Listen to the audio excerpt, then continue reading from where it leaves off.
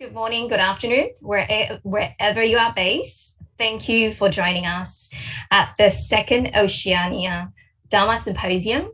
And obviously today's topic, we'll be talking about will. So we've came up with the topic name, Don't Live Without a Will. I think it's actually quite, welcoming right now to know that this is actually something that we need to think about.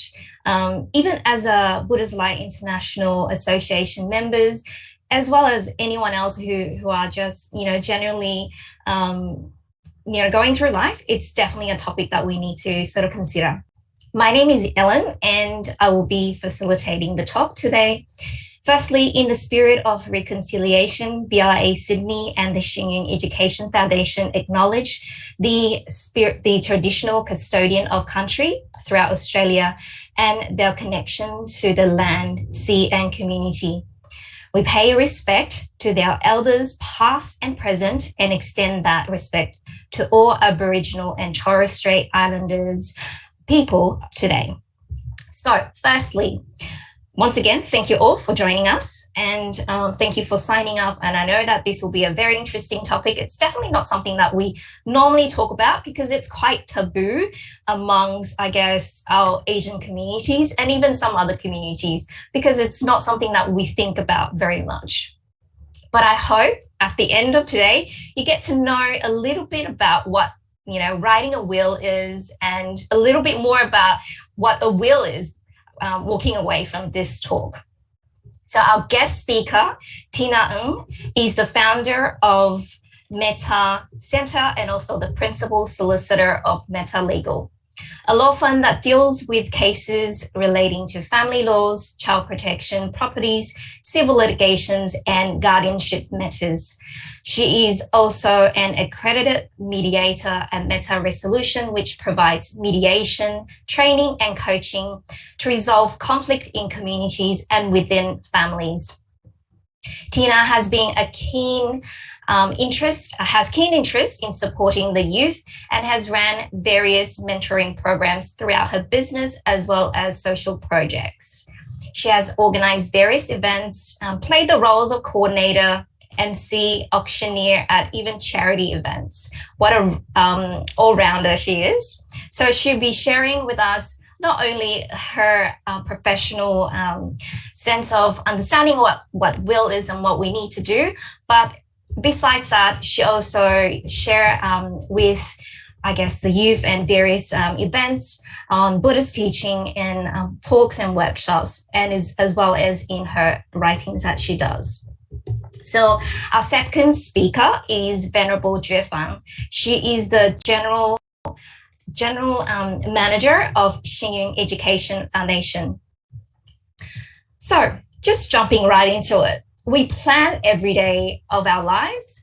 We plan ever since we're young. Our parents plan for us, what schools we go to, what sports we do.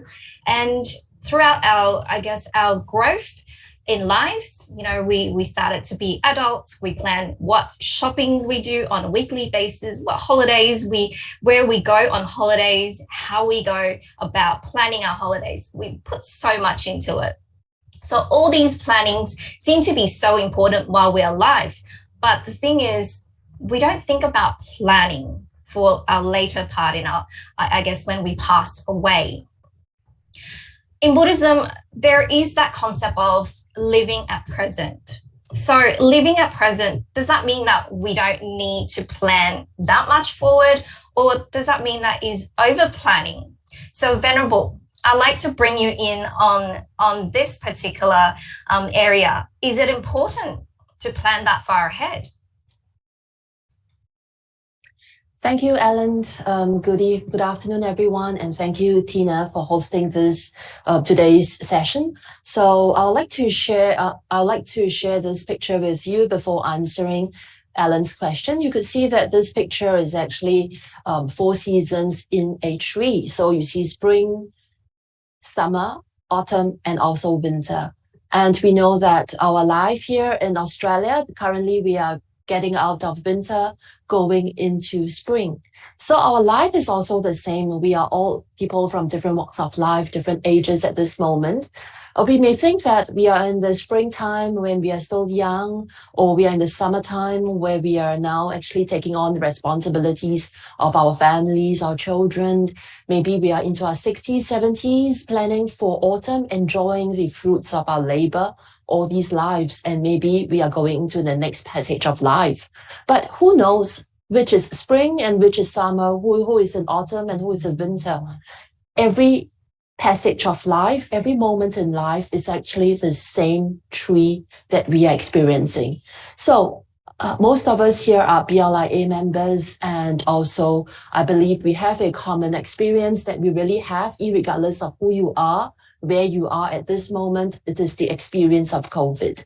So that common experience have told us that we better live in this every moment, cherish this every moment, and also live the best of our lives. But in Buddhism, our Venerable Master teaches us that apart from birth, old age, sickness, and death, we should view life in a different perspective, which is old age, sickness, death, and birth again, just like us experiencing winter to spring now. So what is our legacy? We never know how long the number of years that we could live, but I believe we could live longer than who we are, longer than the number of years that we could live, depending on our legacy. What are we going to leave behind us? Or what are we going to leave behind us with every moment? Perhaps through today's talk, we would be able to really think about this from our Dharma perspective, and also more importantly, from the legal perspective. So this picture, again, I really love this. You could see on your left is winter with all the snows, but it is the snow that actually nourishes and gives birth to spring, all the flowers blooming. So as BLIA members, most of us we have this BLIA creed that we always read before BLIA meetings. And I believe that it is this BLIA creed that really explains and describes what is our belief. So number one, we believe in humanistic Buddhism. What is humanistic Buddhism? It is Buddhism for everyday life. And we work to have good lives and happy families. I mean, any one of us, of course, we would like to have a good life and happy families, and we work hard towards that. We have worked hard. We are still working hard on that. And we have right views and right beliefs. I suppose this is a very important component of humanistic Buddhism, or from the Buddhist belief, but Buddhist perspective, it is about right views and right beliefs, because with right views, we would be able to live our life on the right track. We would be able to guide ourselves and make sure that we would be able to live as well as possible. And of course, the purpose of humanistic Buddhism, all our practices, we live in peace and joy of the Dharma. So today we are very grateful that Tina, who is also our long-time friend of Vinantian Temple and Vinantian Institute, is sharing with us her perspective from the legal perspective, how we could include the legal perspective for us to achieve a life that we will be able to live in peace and joy. So with this, I hope that, Ellen, I've answered your question. Definitely. I think it's very important, like you said, leaving a legacy. I think legacy is something that we don't often think about. We think about planning our lives, like I said, everyday life, we live in this moment. But at the same time, I think planning our life forward is also very important. And another point is that the fact that, in BLIA, we always talk about giving other convenience. Giving other convenience means giving other the convenience of knowing what to do with our assets, with our belongings, our wealth, and just anything that we think, is worth sharing. I think this is when Tina will come into it. Obviously, I have no knowledge except the fact that I know what a will is. And I hope she'll share with us a lot about this, and hopefully we'll all take away from this all the different, understandings of, what we need to do, how we need to prepare it, what do we need to consider, and, any tips that we need to think about, and who do we need to talk to, and who do we actually assign our different sort of power of attorney, and all these different terms that we need to sort of potentially look at understanding as well. So Tina, handing over to you, and I'm here, and the rest of us are here to hopefully learn as much as we can about will, and take away what we can from your presentation. Thanks so much, Ellen, and thank you, Venerable. That was such a beautiful presentation as well, and all of these things are very important for all of us to consider. So it's not just the legal aspect, but very much what are our values? What is the legacy that we want to leave behind? We've all put quite a lot into our life, not just in terms of assets, but also in terms of our practice. So it's also really important as we come to when there are things that visits us, such as, for example, old age, sickness and death, how is it that we can use our Dhamma practice and all that we have practiced during this lifetime to meet all of that. So today I am so honoured to be able to give you this presentation on Don't Leave Without a Plan. And it's a particular topic that I find very interesting, and also something that I'm very passionate about talking about. And the reason for that is because, as Ellen said, very often these are quite taboo topics. Some people don't like to talk about it. And also for some people, they don't even want to think about it. It's almost like death is a long way away, and they imagine that their death is some far away, and freak accidents only happen to other people and not so much themselves. So what I usually do is, when I talk with my clients about estate planning, I'm mindful about this and respectful of it as well. So I try to normalise life and sickness and death. And when we are able to talk about these things in such a way, I hope that that will allow us to talk about different scenarios that may come up for them that they had never even thought about. And because life is quite uncertain, it's good to have a plan A and a plan B, and sometimes even a plan C and D as well. So I hope today's talk will be a good starting point for all of you to start thinking about how you may want to plan ahead, how to protect yourself, your assets, and of course to minimise the stress for yourself and your loved ones when old age, sickness and death does visit. So I just want to check whether you can see my PowerPoint presentation in full. Okay, I'm assuming that's a yes. By the way, when I've got the PowerPoint presentation on, I can't see everyone on Zoom. Okay, so today's talk, what we'll be talking about is the documents that are part of estate planning. So there are some legal terminology that I will be using, and that's just to introduce you to the different documents that's available to you. You may or may not need all of those documents, but it's important to know that they do exist and how you may use them. So, and then we'll talk about why these documents are important. We'll talk about what happens if you don't have them, or if these documents are defective. So if you don't have, for example, a valid will, what will then happen? And then we'll also talk about what are some things that you can do now to start planning. So I hope that this will be a very practical presentation for you as well. So what are the documents involved in estate planning? Okay, and I'll go through in more detail each of these documents as we go along as well. So there's the will, there's the power of attorney, appointment of enduring guardian, advanced care directive, and also superannuation nominations. So let's start first with the will. Why are these documents important? So with your will, what it allows you to do is it allows you to put your wishes forward about how you want your estate to be distributed. And you can also include, if you've got children, for example, who's going to look after your children if you pass, and also if your spouse also passes as well.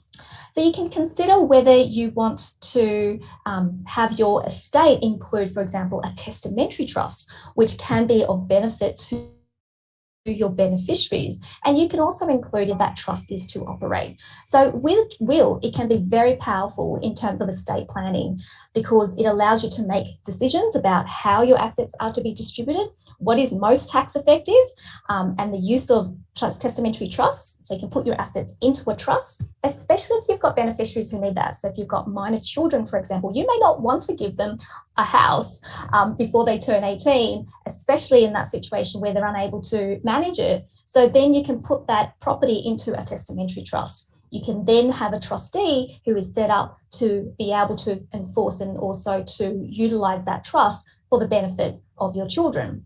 Other beneficiaries who may need a trust, for example, would include, there could be beneficiaries who have a disability and they will need someone to help manage the estate, manage what is in the trust for their benefit going forward. So lots that you could use for a will if you have one and if it's set up properly. The second type of document is the power of attorney.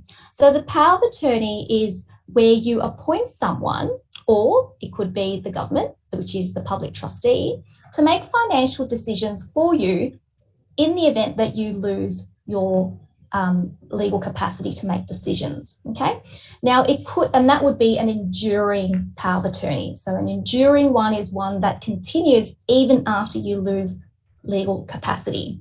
And usually how that capacity is tested is with medical advice. So we would have some medical evidence like medical certificate to show that there is issues with capacity there. Okay, so there is also general power of attorney. So a general power of attorney is where you may have a power of attorney set up for a specific time or a specific purpose, such as if there is a conveyancing that you want to do and you're overseas. So you may be overseas and you need to sign some important documents for the sale or the purchase of a property, you can set up a general power of attorney. And that power of attorney appoints someone to act on your behalf in relation to the sale for the signing of those legal documents. Once that sale is done, that power of attorney is then completed. Okay, so very, very powerful document there. Obviously, you need to find someone that you do trust to make those decisions for you, and also ensure that the person who makes those decisions understands you very well and will be able to have the capability to make those decisions. So then the next type of document is the appointment of enduring guardian. So very similar to the power of attorney in that you do appoint someone or the government, which is the public guardian, to make decisions for you.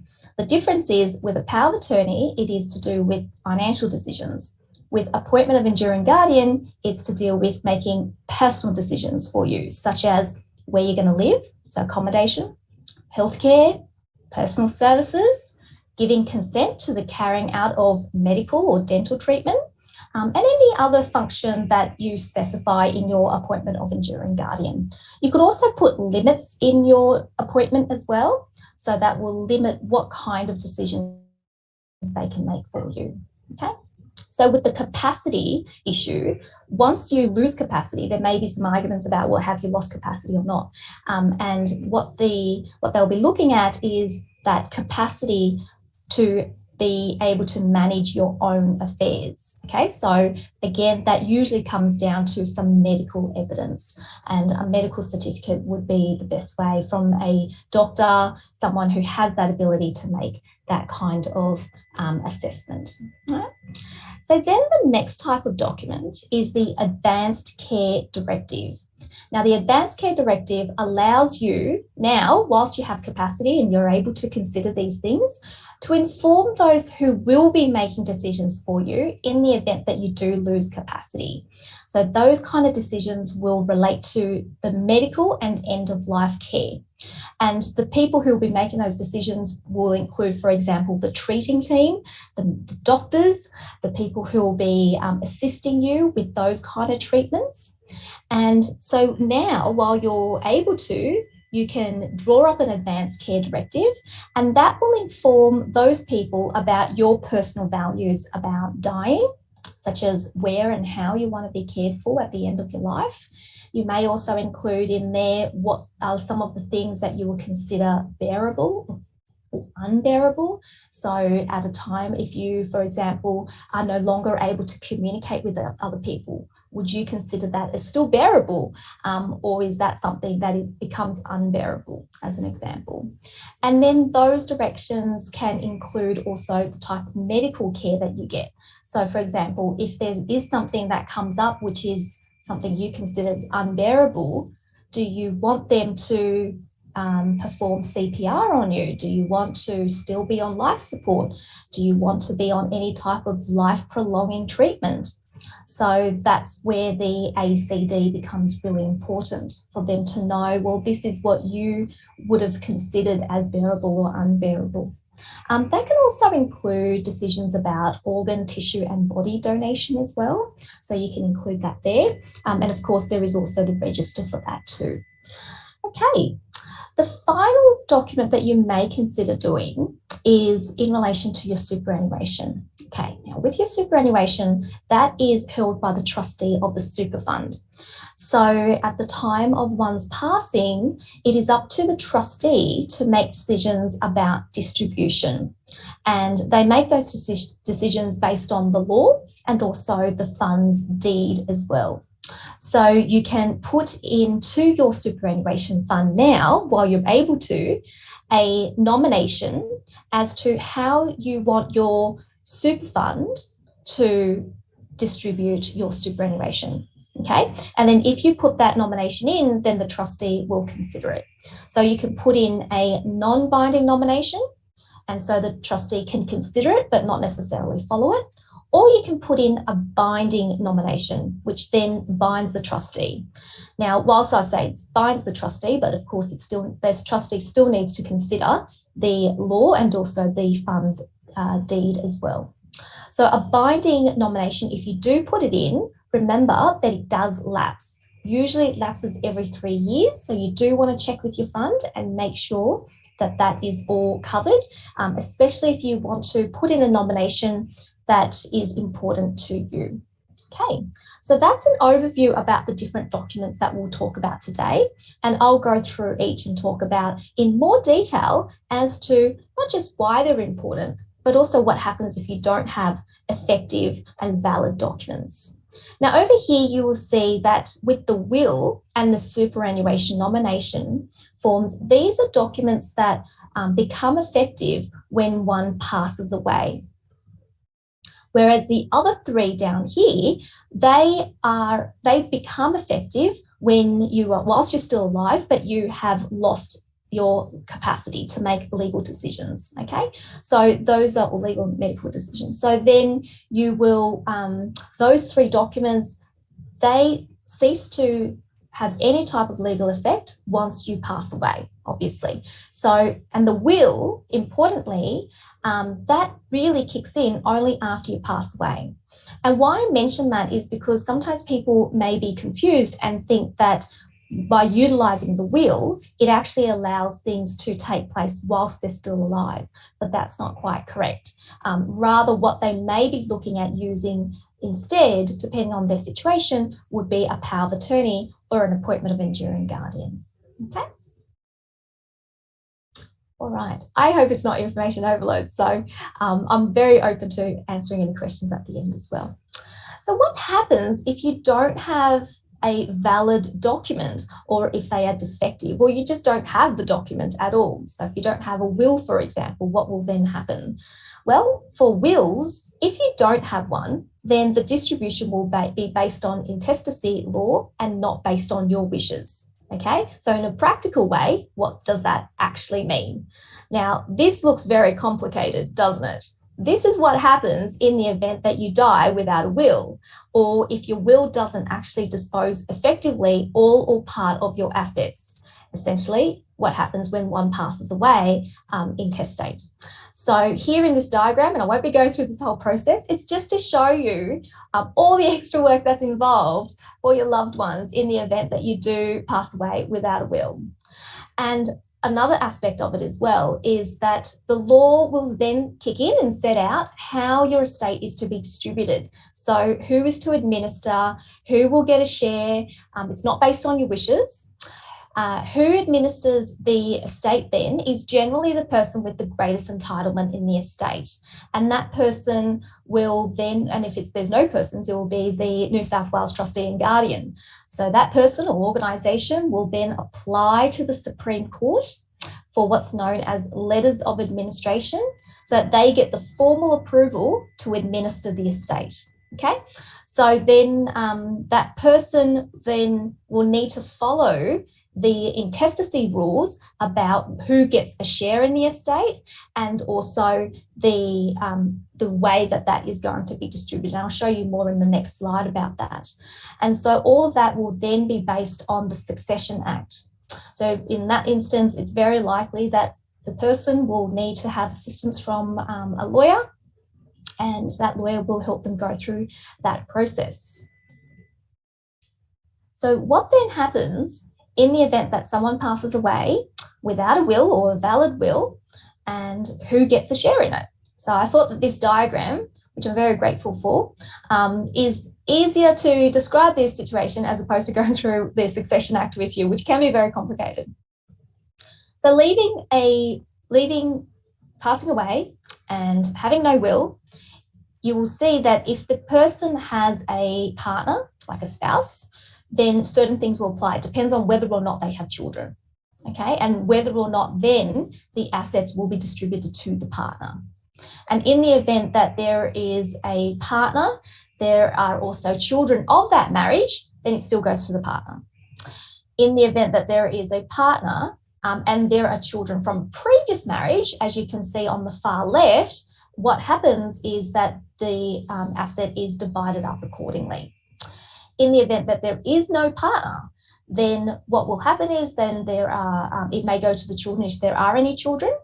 And if not, then you can see on the far right, there is a list of the relatives who will be able to get a share in it. But then you can see number 8, which is the government. So if there is no one else, it goes to the government. So it's really, really important to ensure that you have a will, and it's a valid will, and it's a will that meets the legal requirements and hopefully won't be challenged by way of the family provisions, which I'll get to later.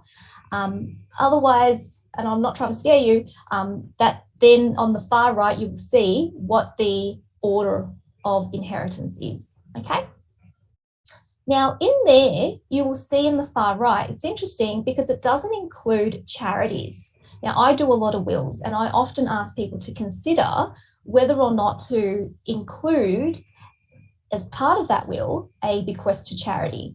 Because when we have a will drawn up, we usually have a clause for the rest and residue, which is kind of like the miscellaneous clause. So in the event that all the relatives pass away, there's no one else, or there is a particular asset that doesn't fall within the will that's properly considered, and we've gone through all of the surviving relatives and there's no one else, then do you want to leave it to the government, or would you rather give it to a charity?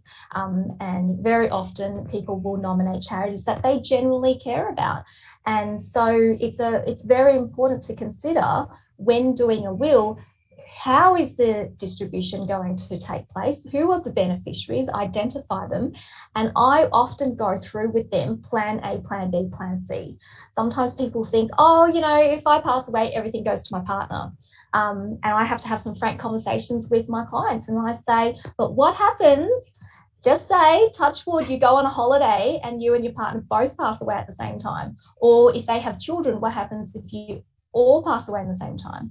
And very often we don't want to think about these things because it's hard to think about these things, but it is actually a possibility. So in the wills that I do, I very often ask them to consider alternate beneficiaries for that reason, whether that's beneficiaries in terms of people that are closest to them in the immediate family, or extended families, or charities, or other types of arrangements as well.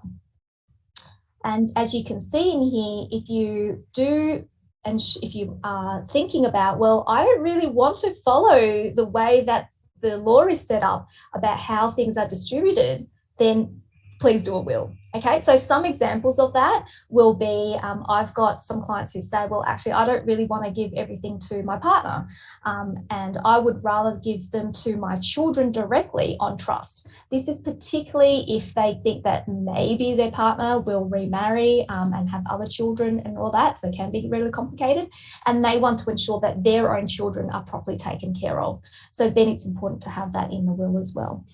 It's also important, if you do have children, to consider appointing a guardian. So for your children, so in the event that both of their biological parents have passed away, or if it's a surrogacy arrangement, their named parent, then it may be that what we need is to have a guardian appointed and include that as part of the will too. Some things to consider. Other things to consider too is sometimes people don't actually want to have the benefit of a inheritance. Now, you may think that's a bit strange, but say, for example, someone is at an age where they are eligible or they are receiving Centrelink pension, and all of a sudden they get this inheritance. They may not actually want that. They would want to rather get their Centrelink pension. And they then will think, well, having this will be a burden to them. So in the event that you want to, for example, give to your brothers and sisters rather than to give to your parents, as you can see on the far right, that's not the chain where the intestacy law will then follow. So you may want to reconsider that. And that's how you do that, by using a will.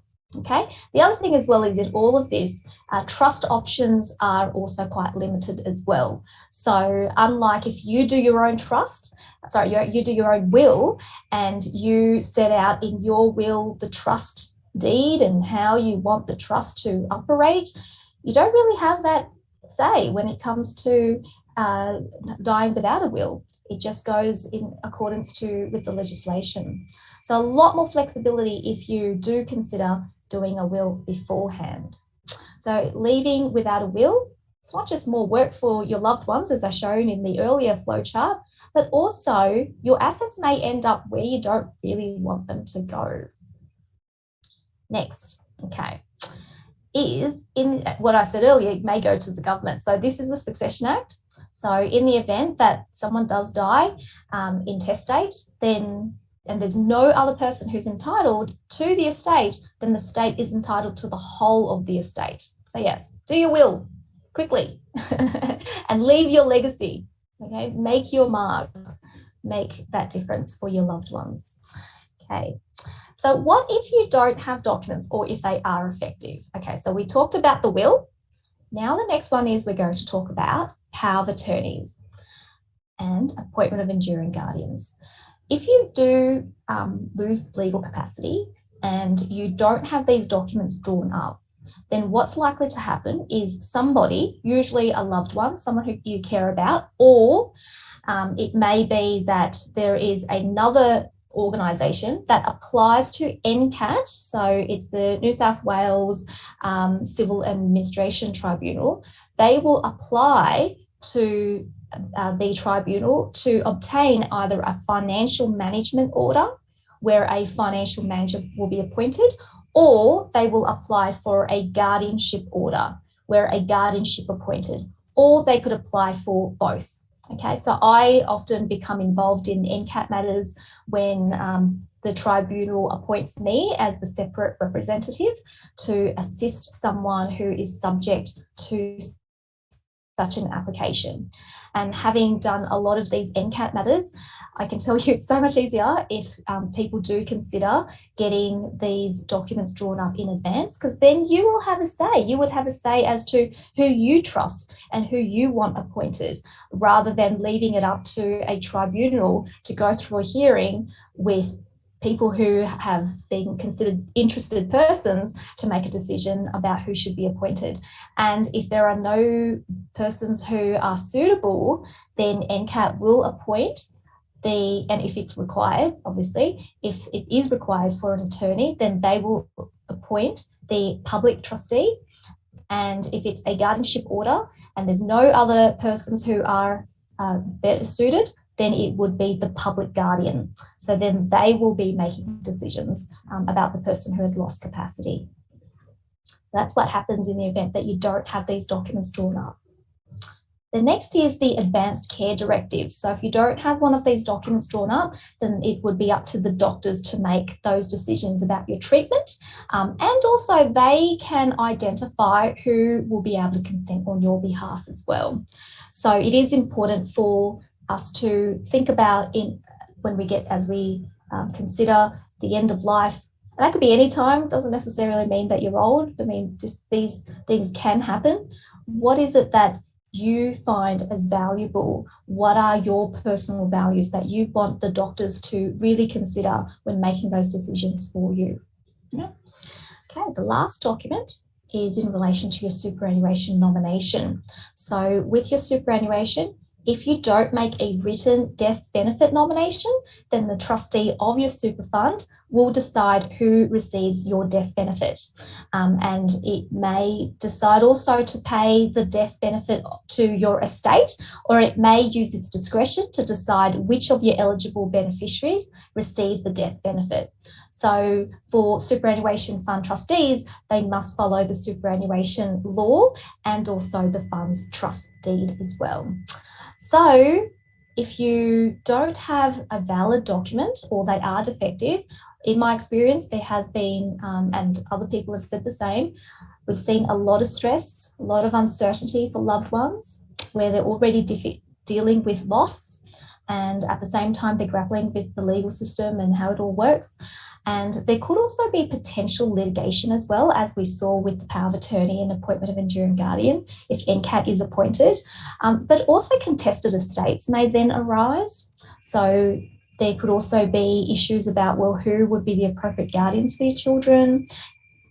If there's no surviving relatives, as we already saw, then the state government is then appointed, and then they can decide who receives your estate and decides for you. And if there aren't any surviving relatives, then they can decide also whether the state and how it shall use those your estate funds.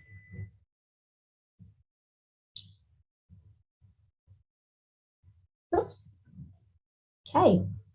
So what are some things that you can do now to start your planning?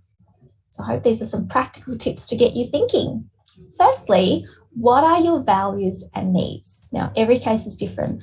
When I have a consultation with my clients, they often come in, they filled out their checklist and their form, and that's just to get them thinking, and they have something in mind. But when we actually sit down about what's really important to them, and I take that time to understand them and their situation and what do they need going forward, then I ask all kinds of questions to get them thinking about different situations. And very often what they leave that meeting is actually different to the idea that they had coming into the meeting. And to me, that's a good thing, because that means that they're thinking about things that they hadn't thought about before. And how that takes place is because I recognize that every case is different. So your case is different, your situation is different. Take some time to think about what is important to you, what are your values, and what is it that you need. Don't just have a stock standard will or document prepared for yourself. The other thing as well is talk to your family and talk to your loved ones. This is quite important, and sometimes people may find it difficult to do so. As Ellen said earlier, it is a taboo subject and it may be hard, but it is important to have these open and frank discussions, especially if you think that someone is thinking about possibly being a beneficiary of your estate and the outcome may be a bit different.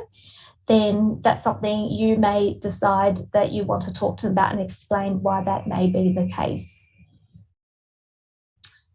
You may also want to talk about who you want to manage your affairs. So you want to talk to those that you want to manage your affairs and make sure that they are, firstly, willing and able to, and that they want to, and secondly, that you feel confident that they understand your values and your needs to make the decision for you.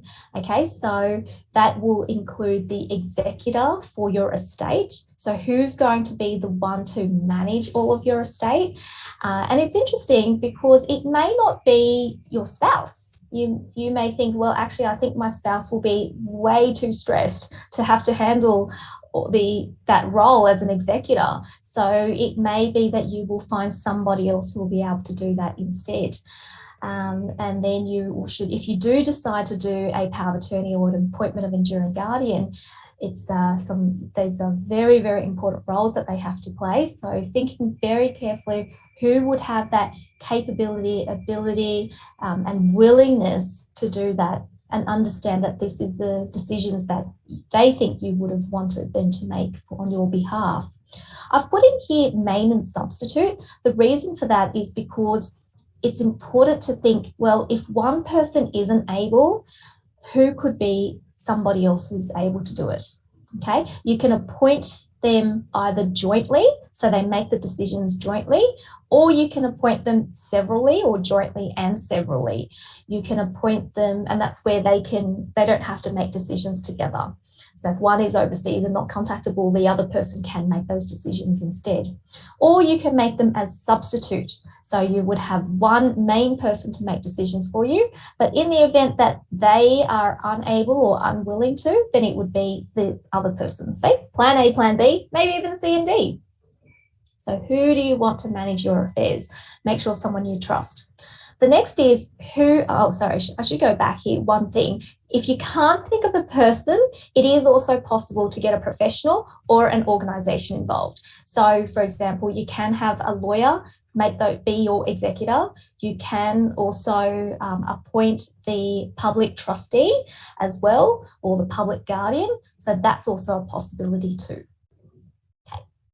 So then you want to look at who are your beneficiaries. Now this is the fun part. So this is the part where you get to think, well, who are the people or the organisations that I would like to have my estate go to? Now it's not just about who they are, but also I take the time to understand their situation as well. So earlier I gave the example of someone who was on a pension, or someone who has a disability, or somebody who may have a gambling addiction, and if you give all the money to them, they're just going to gamble it all away. Probably not a good idea to just give it to them straight. Maybe it's better to put it into a trust. It may be that the beneficiaries are underage, like with children. Then again, you need to consider how you will be able to assist them with that. It's not just about identifying the people, but also identifying what their specific situation, their needs are as well. So you can consider giving your estate and what part of your estate to individuals, and also considering bequests to charities as well can be very important, and will continue hopefully the legacy that you've started in your life, and that can continue on and flow through that way. The next to talk about is then what are your assets and liabilities? So I often go through that with my clients. So if you're looking at getting a professional to help you, then you should prepare beforehand. That's part of my checklist, but you can also prepare beforehand. What are your assets? What are your liabilities? So it's easier to talk that through with the professional who is assisting you. Now, with assets and liabilities, it's not unusual that we may forget stuff, or later on we may buy other properties, or we may sell properties. So again, how those assets and liabilities are written up in your will is also quite important as well. I always suggest to my clients to keep a running list of your assets and liabilities. And I'll talk a little bit more about that too, but that's going to be very helpful for whoever is your executor of your estate to have that handy list available. Yeah, so what are your assets? What are your liabilities? How are they going to be distributed? That's a very important discussion to have. So Tina, is this where you need to look at updating your will if you do have a running list? Okay. Yeah, definitely. Good question, Ellen. And we'll get to it in the next slide. But thank you for that. Absolutely. So it's really important to have your wills reviewed regularly. And I'll go through that too. Cool. Okay. The next is, how do you want the assets and liabilities to be distributed or managed? Okay, so distributed obviously will be considered in your will, but how will it be managed? So in the event that you do have a power of attorney, how would you want that to be managed? Do you want there to be any limits in your power of attorney? So some things for you to consider and talk to the lawyer about. I always suggest to them to consider alternate plans. So you may think, oh, I'll just give everything to my children, for example. But what happens in the event that you have more than one child? What happens if you later on have more children? What happens if you have unfortunately, sometimes also children die before their parents as well. So what happens after that? So have alternate plans. If you, for example, think, oh, well, I've got two properties, one's going to go to one child and one's going to go to another child, and that's not unusual for my clients to tell me. And then some of the things I'll ask them is, for example, well, what happens if you have other children? What happens in the event that one property is valued more than the other property? What happens if one has a mortgage and the other? So there's quite a lot involved in considering plans and alternate plans and how they're distributed.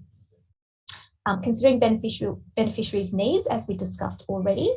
I mentioned earlier about tax. So I like to work very closely with financial managers and tax accountants because it's so important to be able to consider, well, what is the most tax effective way for estate planning?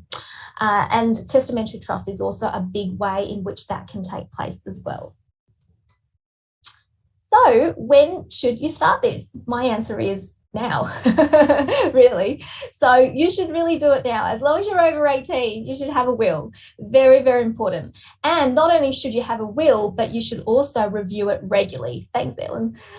So review it regularly is really important, and because things change, right? You put plans in place, and as we all know, you put a plan in place and things will change and you have to change that plan. So if you think, oh, I'll just do this will and just leave it with the lawyer's office and I never have to look at it again, but then your situation may change and you may need to review a will. I generally say to clients that you should review your will regularly, and importantly, you should review it whenever there are significant changes in your life. So, for example, if you have another child or if you start having children, you should review your will. If you get married, if you get divorced, if you acquire any other significant assets, anything that previously you had written in your will that you now want changed, that's also a really key part about wanting to review your will. So those are times when you want to review your will. If there's changes in your beneficiaries, if some of them have died, or if they themselves have changed in terms of their needs, like one has a disability now, one has been in an accident or whatever it may be, then that's also a really good and important time to review not just your will, but also if they were supposed to be your attorneys or guardians in your appointment of enduring guardian and your enduring guardian and power of attorney, it's also important to then review that because it may be that you should appoint somebody else instead. Importantly, do it whilst you have legal capacity. And I know I've been saying that word a lot today about capacity, but that's because if you lose capacity, you won't be able to do these legal documents. I had someone contact me about wanting to do their will, and I really had to consider whether they had capacity to do so. And so you really want to make sure that you not leave it too late. Otherwise, unfortunately, you won't be able to do those important documents. The next is then who prepares the documents. Okay, so you can actually prepare the documents. There are lots of ways that people now access wills. So there's like online wills, there's free wills, there's a post office will. I won't make too much comment about that. All I can say is that a lot of those documents don't consider some of the things that we've spoken about. As I say, sometimes my clients come into my office and say, oh, I've got a simple will that I need to do. And then after we talk about it, they realize actually it's not a simple will, that there are some things that they need to think about. So I would suggest, not just because I'm a lawyer, but I would suggest you get some professional advice. I do recommend having a lawyer do your will. There are advantages to it. If you think about this, your will, your power of attorney, appointment of enduring guardian is one of the most important documents that you're going to have to do. If you think about it, your whole life assets is really there. So why not do it properly? And why not pay for legal advice for that to happen? As I say also, I also recommend that your lawyer or yourself work in conjunction with your financial advisor and or accountant, which can be very, very useful for you as well. So having that financial advice. Lawyers can't provide financial advice to you. So whilst I may know this stuff, I always say to my clients, you have to get that financial advice on your own. Also, who prepares these documents? There is, when it comes to the ACD, there could also be some discussions with your doctors, so the medical profession can provide you with some assistance there too. New South Wales Trustee and Guardian, aka TAG, they also prepare these documents too, and they're a popular option for people. And so if you do want to consider using them, you can go on their website, you can give them a call or go into their office and you can get that assistance that way. Okay.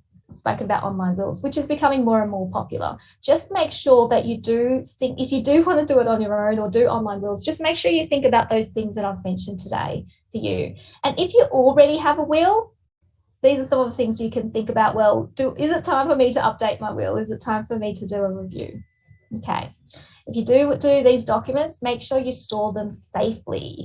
You can do it at home, that's fine. It doesn't have to be in a special place, but make sure it is going to be safe.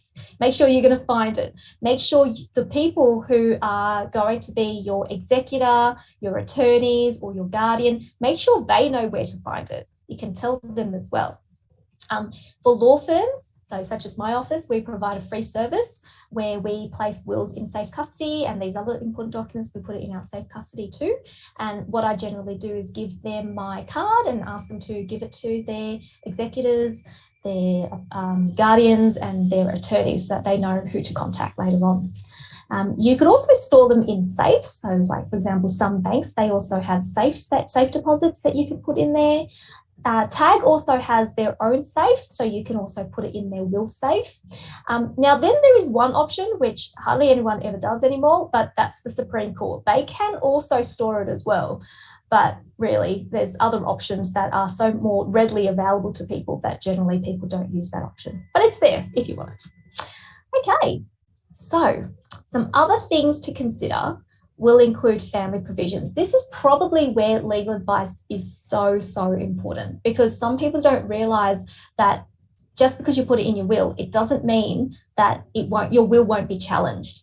So if you do think that there could potentially be a family member or somebody who is going to apply after you pass away to dispute your will, or to dispute the other beneficiaries and say that they should have a claim, you should definitely consider getting legal advice, okay?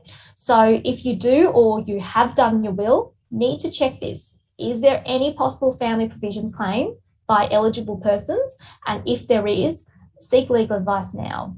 So those eligible persons will include a spouse, a child, a former spouse that's not yet divorced, a dependent, a grandchild who is a member of your household and was at the time when you pass away, someone who's living in what the legislation says close personal relationship, okay?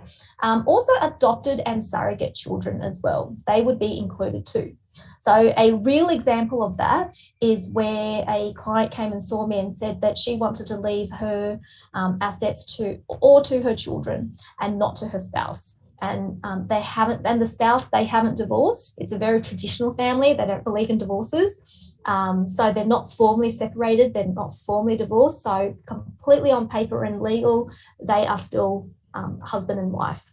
So in that situation, family provisions could potentially arise where this spouse could have a claim. Okay, so how do we get around that? So I came up with a plan to assist her.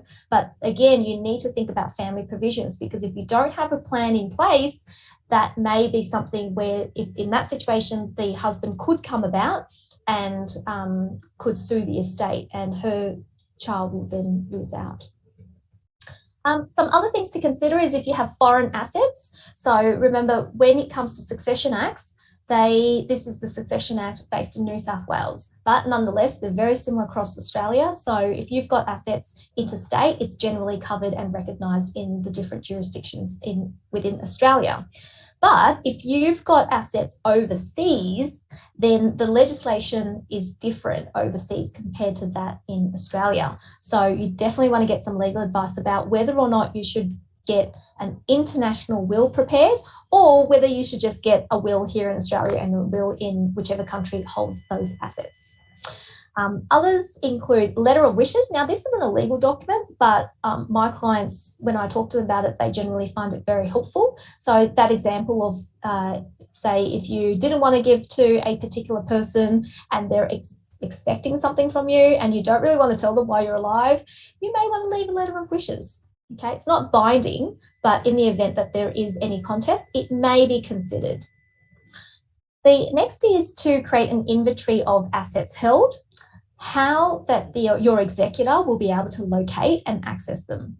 Okay, so this is what I was referring to earlier. This is so useful. And the next one is also useful as well, which is to create a folder with important documents. So if you're really organized, if you're an organized person, you will make life so much easier for the people who are left behind to deal with your estate, because it can be really difficult for them to know all of your financial affairs and how to access and locate your inventory. So if you have it all in a safe place, it's so much easier for them as well. Social media accounts. Now, this is becoming really popular where, someone passes away and someone posts something on their account. But what then happens to this account? Now, if you go into your account, there is a section on legacy. So you may want to check that if you haven't done that already. What is your legacy that you want to leave with your social media accounts? Another big thing that's changing now is with digital assets. So previously physical assets like a house or bank accounts, it's kind of easy because it's there, there's cash, there's assets there. But what about digital assets? Well, with these type of digital assets, you need to consider whether what you should be doing is creating a separate digital estate plan, but then you make reference to it in your will. Okay, so keep it as a separate document. Don't put that information inside your will, because once your will, if you get probate, for example, for it, it becomes a public document and you don't want people knowing about your crypto in that document. So you may want to have a separate digital estate plan, but mention that in your will so your executor knows that where to go to find that information and what you want to do with it. And also in the event that there is the Supreme Court involvement, then they will know what your plan was for those digital assets. Okay, so key messages for today. Hope that today you've understood the different types of documents and just how important those documents are. And also another key message is start now, don't delay while you have legal capacity. Life is uncertain. We just don't know what's going to happen. And the next is ensure your wishes will be respected and followed by having these documents in place. Don't leave it to chance. Next is proper planning. It does help with your loved ones. It does minimize potential conflict and litigation. And also it ensures that you won't leave a mess and a problem for them. So again, proper planning, plan. Things may change, but it's still going to help minimize all of those issues. And importantly, I would imagine all those who are here today, we've spent quite a lot building our life's work, whether it's our assets or whether it's our charitable aims. So I hope that we could all consider that, and you can consider continuing your life's work and leaving behind a legacy that will support your loved ones, the convenience we were talking about earlier, and also supporting your favourite charities as well, such as the ones who are hosting us today. So I hope that today has been useful, and I again thank you to Xing Yun Education Foundation and BLIA. It's always such a pleasure to speak with you all and to this group as well, and I really hope that you can all leave with a plan. So thank you. Over to you. Thank you, Tina. That was a lot of information, but very clear and precise, and just gives us such a great sort of building ground to know where we need to move as well, because obviously, like you said, living without a plan or will is going to be not so convenient for our loved ones or families. I think, Venerable did say it is very important for us to plan not just for our life right now, but also in future. And then in this, I'd like to ask Venerable a question. So is it important to still, obviously have our, let's say, our ashes, or have them stored in pagoda, or even having these Dhamma functions? And how important are these functions for us? Thank you, Ellen. I think you have asked a very important question as well, because a lot of us, especially the English-speaking people and so-called the people of the younger generation, don't really believe in so much about the transfer of merits or the chanting services anymore. So from the religious perspective, of course, there is this element of merits. We wish that we will give the best possible to our deceased, our loved ones. But I would think this, apart from the religious aspect, just from a human being, from the idea of love and family care, people coming together. There is this picture that I saw earlier this morning.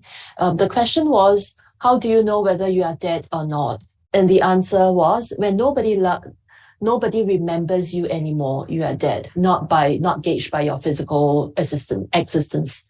But to me, I would think that if your legacy, not only your memory, but the way that you are continuing to support your family, support the community, and contributing in the world in a way, if that ends, perhaps that is the end of your life. This is what I think. So I'm involved in a lot of chanting sessions, especially, in this Chinese or Nantian temple, in most of our chanting sessions, especially transfer of merits for these deceased, there'll be a lot of yellow tablets, right? And we'll write their names there. This is for my father, this is for my mother, this is for whoever. What are they? They are actually prayers for the Buddha to bless these people whom I love. So taking away the religious perspective of Buddha blessing, it is actually myself remembering these people who are close to me, who were close to me, and yet still close to my heart. They continue to live in my heart. So all these prayers from the religious perspective is inviting the Buddhas to continue to bless those people still living in my heart. So I do believe that such chanting sessions are especially important. But from another perspective, these chanting sessions are also, or maybe even placing our tablets and ashes in the pagoda or in the temple, one very important thing that continues to work is that during our maybe death anniversaries or certain festivals, our families come together. If not, after a few years, it will be just like, I don't remember, or when did my loved one pass away? I don't remember. The family just disperse after a few years. But with all these rituals, we bring the family together. So it's just us passing away, but bringing our family together again and coming back to the temple, a place where we lived. So I believe that's really important. Thank you, Venerable. I think it's also a great way. It's not a great way, but it's another way for us to grieve, like with these Dharma functions and so forth. I think it's another way for us to know that and to remember the good that they are in their life, and it's a way for us to also give blessings to them and to ourselves, and to make sure that we continue to remember their legacies as well. And I guess before we end and before we go to transfer of merits, thank you again, Tina. Thank you so much. Obviously, for all those who want to actually speak to her as potentially your legal advice for this matter, you can definitely ask the organizers for the details. She is available as a legal advice for this matter. So definitely I will be going to her hopefully very soon, just to sort out myself. I know other people has put me down as their executor. I'm like, I don't even know what that means. Now I understand there's actually a lot more responsibility. So I need to make sure I'm capable and actually am able to do it. So thank you, Tina, and thank you, Venerable, as well, for sharing your thoughts on this. And once again, obviously we need to give other convenience and joy and hope and confidence. But the thing is, giving other convenience means we need to plan for not just now, but in future, and what we want people to do with our legacies and how we live our legacy. So, Venerable, any last words from you? Last words, not last words from me, but last words for this session. Create good affinities and good conditions for ourselves and others. We have lived our lives as Buddhists and we become a responsible person while having our legal capacity, really plan for ourselves so that we minimize the troubles for others when we can't do it. And also this will help to bring others joy, as in less sorrow, and also hope and convenience. That's very important. So I hope that everybody will really have a good thought about this very important issue in our lives so that our life continues. Thank you. Thank you, Venerable. And please join your palms for the transfer of merits.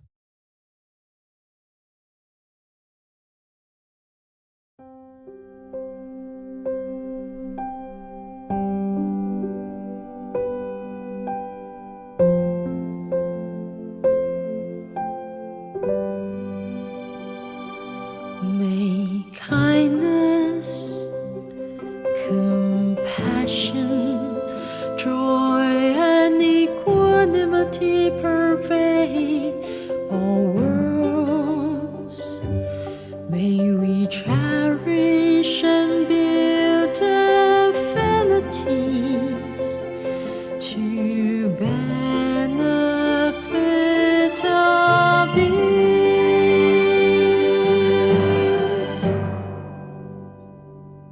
Make our pure land and priests inspire equality and patience. May our humility and gratitude give rise to great